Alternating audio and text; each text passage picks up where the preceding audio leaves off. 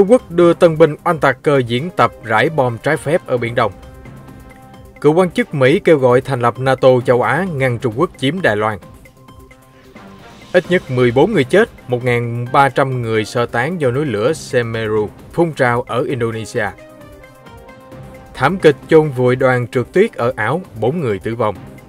Hóa ra bầu trời u ám trong ngày kỷ niệm đảng ở Trung Quốc là do bàn tay con người. Khám phá bí ẩn kỳ này, cái kết có hậu cho nhà leo núi phát hiện kho báu đá quý trong xác máy bay ở Pháp. Tất cả sẽ có trong bản tin đặc biệt cập nhật những tin tức nóng nhất trên kênh FPNC.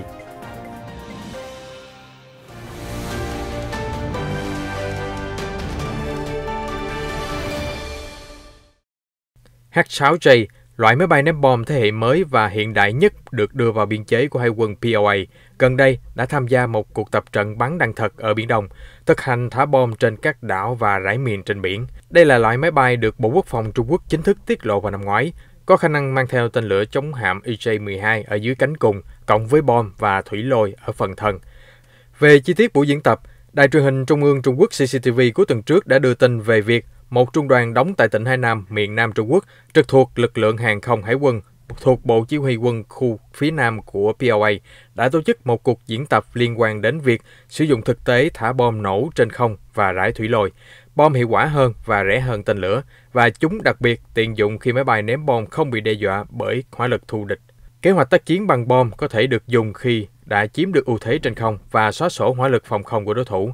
Một chuyên gia Trung Quốc nói với Thời báo Hoàn Cầu rằng, ở những đấu trường như Biển Đông và eo biển Đài Loan, các tình huống bày binh bố trận bằng bom truyền thống có thể sẽ là chiến lược thường trực. Vị chuyên gia còn khẳng định các cuộc tập trận của POA có thể đóng vai trò như một biện pháp răn đe, đặc biệt là đối với Đài Loan. Trong quyển sách mới Chiến lược tước bỏ của cựu quan chức Mỹ Elbridge Colby, ông kêu gọi nếu Mỹ muốn chiến thắng trước Trung Quốc, Washington nên tập trung nguồn lực quân sự vào khu vực Ấn Độ Dương, Thái Bình Dương và thành lập một NATO châu Á để cản bước Trung Quốc thôn tính Đài Loan. Ông Colby được biết đến với quan điểm diều hâu trong đảng Cộng hòa, là cựu phó trợ lý Bộ Quốc phòng, là người soạn thảo chính chiến lược quốc phòng năm 2018 dưới thời Tổng thống Donald Trump.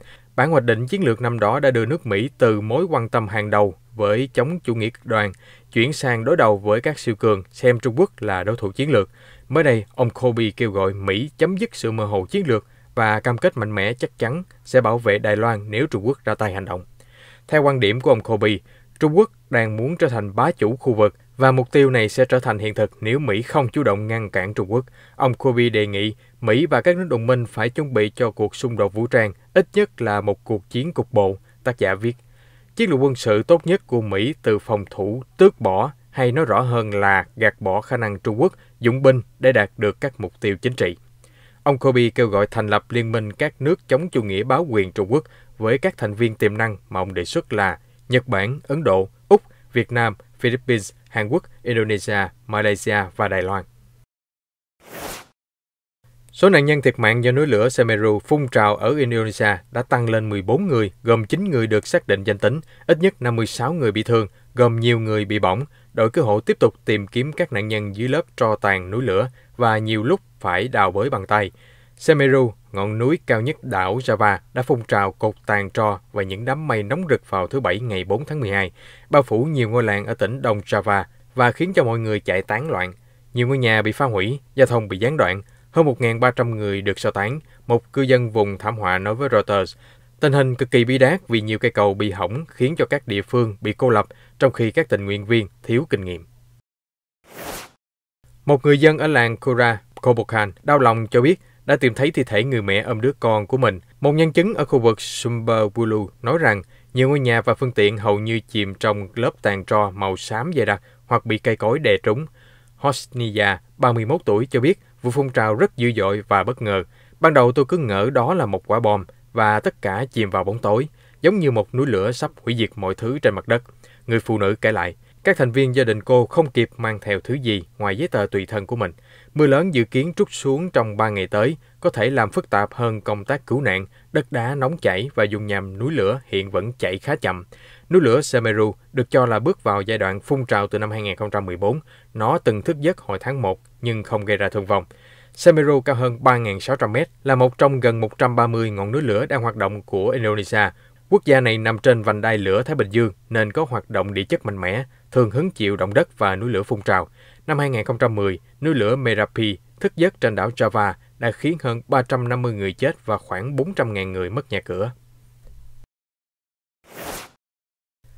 Lở núi khiến cho 4 người trượt tuyết tử vong ở miền trung nước Áo. Một mảng tuyết rộng khoảng 200 mét đã tấn công 8 người đang trượt tuyết vào hôm thứ Bảy ở khu vực Trang, tỉnh Sandberg. Trong số những người bị chôn vùi, 2 người thoát ra được. Đội cứu hộ dùng thiết bị tìm kiếm, phát hiện 3 người khác, trong đó 2 người tử vong ở hiện trường, người còn lại qua đời ở bệnh viện. Họ là thành viên đoàn trượt tuyết 11 người gặp nạn khi trượt xuống sườn dốc. Tất cả nạn nhân đều là người Áo. Trong số nạn nhân tử vong bao gồm tay đua mô tô Reinhofer, 19 tuổi, với sự nghiệp đang vút cao sau khi anh giành được cúp châu Âu và quốc tế. Câu hỏi được nhiều người quan tâm hiện tại là mức độ lan truyền của biến thể Omicron mới của virus corona đang ra sao. Theo báo cáo mới nhất của các quan chức y tế Hoa Kỳ hôm Chủ nhật ngày 5 tháng 12, cái biến thể Omicron đã lây lan đến khoảng 1/3 các bang của Hoa Kỳ. Trong lúc đó, chuyên gia hàng đầu về bệnh truyền nhiễm của Hoa Kỳ, tiến sĩ Anthony Fauci, cũng đã lên tiếng trấn an rằng cho đến nay, biến thể Omicron có vẻ như không mang lại triệu chứng nghiêm trọng. Nhưng ông nói thêm rằng vẫn còn quá sớm để đưa ra kết luận chính xác và cần phải nghiên cứu thêm.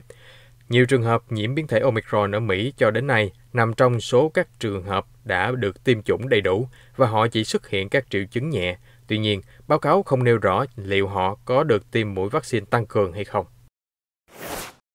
Chính phủ Trung Quốc đã quyết định thành lập các chức vụ mới tại Macau để giám sát các vấn đề an ninh quốc gia. Nó cho biết 4 quan chức từ văn phòng liên lạc của Bắc Kinh ở Macau sẽ đảm nhận các chức vụ mới trong Ủy ban Bảo vệ An ninh Quốc gia Macau. Báo cáo cũng cho biết Cố vấn An ninh Quốc gia sẽ giám sát và hướng dẫn chính phủ Macau trong việc bảo vệ an ninh quốc gia.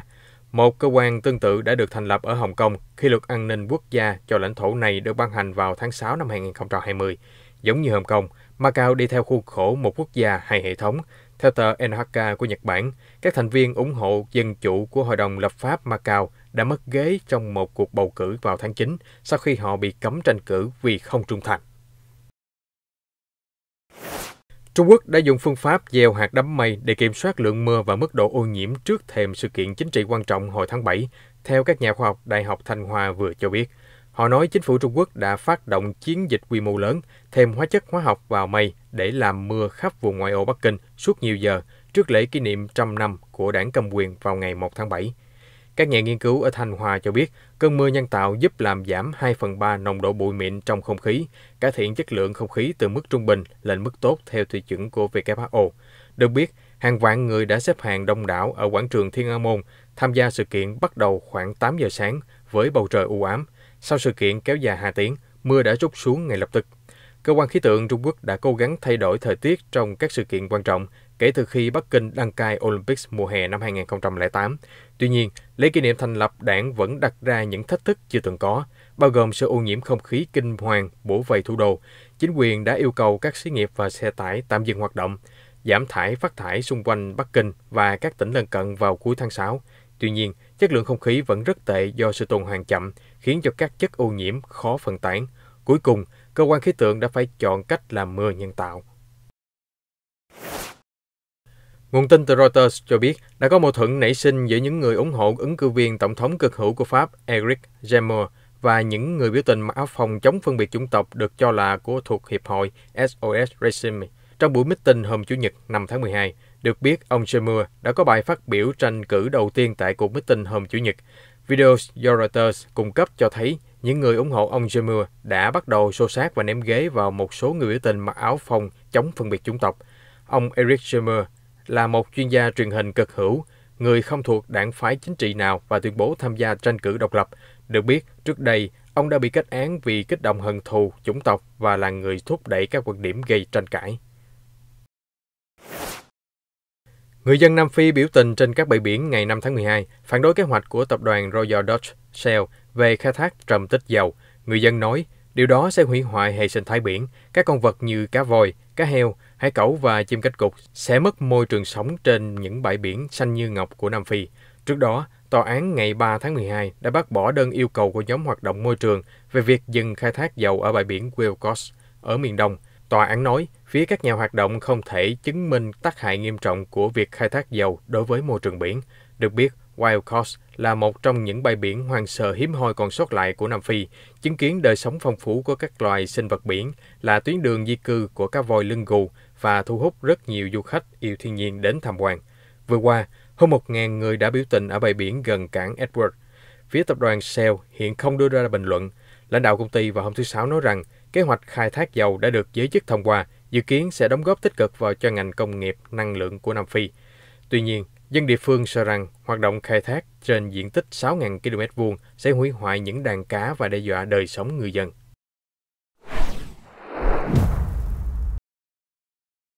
Một kho báu gồm ngọc lục bảo, hồng ngọc và ngọc bích được chôn vùi hàng thập kỷ trên dãy núi tuyết cao nhất nước Pháp, đỉnh Blanc, đã được tìm thấy vào 8 năm trước. Nhưng mới đây, kho báu mới được phân chia giữa nhà leo núi tìm thấy chiếc rương và chính quyền địa phương. Nhà leo núi đã bất ngờ phát hiện kho báu đá quý vào năm 2013. Chúng được cất trong một chiếc thùng kim loại, nằm lại giữa xác một chiếc máy bay Ấn Độ bị rơi vào khoảng 50 năm trước.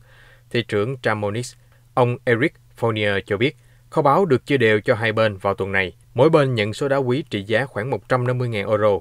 Như vậy, người leo núi nhận được hiện vật có mức giá tương đương 3,9 tỷ đồng.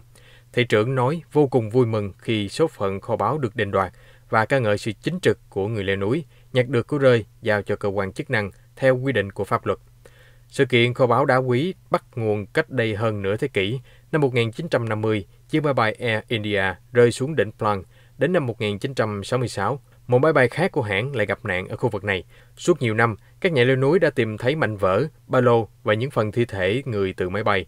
Tháng 9 năm 2012, Ấn Độ thu giữ một chiếc túi chứa thư từ ngoại giao trên máy bay Boeing 707 đi từ Mumbai và rơi xuống phía tây nam đỉnh Blanc vào ngày 24 tháng 1 năm 1966. Vụ tai nạn khiến cho 117 người thiệt mạng, bao gồm nhà khoa học tiên phong về chương trình hạt nhân Ấn Độ. Giới chức cho rằng kho báu đá quý cũng bắt nguồn từ chuyến bay này, vốn có hành trình đi từ Mumbai đến New York. Chúng tôi sẽ cập nhật những sự kiện quốc tế mới nhất và chuyên mục khám phá bí ẩn trong bản tin nóng phát sóng vào lúc 14:30 hàng ngày trên kênh FBNC. Xin mời quý vị đón xem.